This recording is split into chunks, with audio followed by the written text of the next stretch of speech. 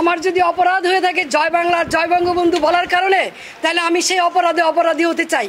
এই জন্য যদি আমার বিচার হয় তাহলে বিচার হবে।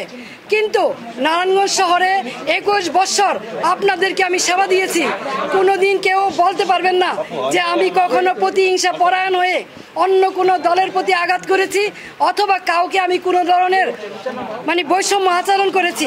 দলমতের ঊর্ধ্বে উঠে নিজের দলের ভিতরে থেকে তারপরও মানুষের কল্যাণে কাজ করার চেষ্টা করেছি। বিরোধ সত্য, মতভেদের সত্য, এই শহরের নারায়ণগঞ্জবাসীর জন্য এমন কোনো জায়গা নেই যেখানে প্রতিবাদ করি নাই। তৌকি হত্যা সহ সকল হত্যাকাণ্ডে যখন নারায়ণগঞ্জবাসী একদম চুপ ছিল, কেউ কোনো কথা বলে নাই, তখন আইবি আওয়াজ তুলেছে, এই শহরের মানুষকে কথা বলা শিখিয়েছে, অন্যায়ের বিরুদ্ধে প্রতিবাদ করা শিখিয়েছে। আজকে সেই আইবিকে কিসের জুলুমে, কিসের কারণে, কি কারণে গ্রেপ্তার করা হচ্ছে আমি ঠিক জানি না।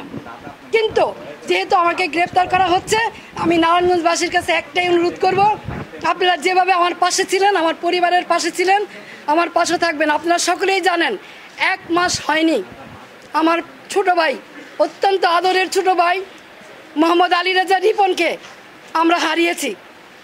আর সেই ভাইয়ের সুখ এখনো ভুলতে পারি নাই। 3টা ছোট ছোট বাচ্চা, নাবালক বাচ্চা, তার মাঝখান দিয়ে আমাকে এইভাবে অ্যারেস্ট করা হলো, যেখানে আমার বড় ভাই নাই, বোন নাই, আমি সবার বড়। 3টা ছোট ছোট বাচ্চা এবং 1 মাস হয়নি আমার ভাই মারা গেছে এবং ওদের মাও নাই। 4 বছর আগে ওদের মা মারা গেছে। এই অবস্থায় কি কারণে? আমি কি কোনো জুলুমবাজ? আমি কি হত্যা করেছি? আমি কি চাঁদাবাজি করেছি? আমি কি নারায়ণগঞ্জ শহরে এমন কোনো রেকর্ড আমার আছে যে আমি কোনোদিন কোনো বিরোধী দলকে আঘাত করেছি?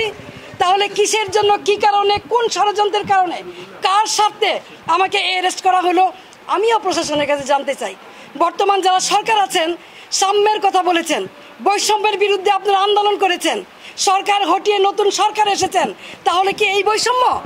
তাহলে অনেস্ট রাজনীতির সততার কিসের মূল্যায়ন? আমি তো বাড়িতেই ছিলাম, আমি তো পালাই নেই, তাহলে এইভাবে আমাকে অ্যারেস্ট করতে হলো কেন? সেই জবাব জনগণের কাছে চাই, জনগণই দিবে ইনশাল্লাহ। জয় বাংলা।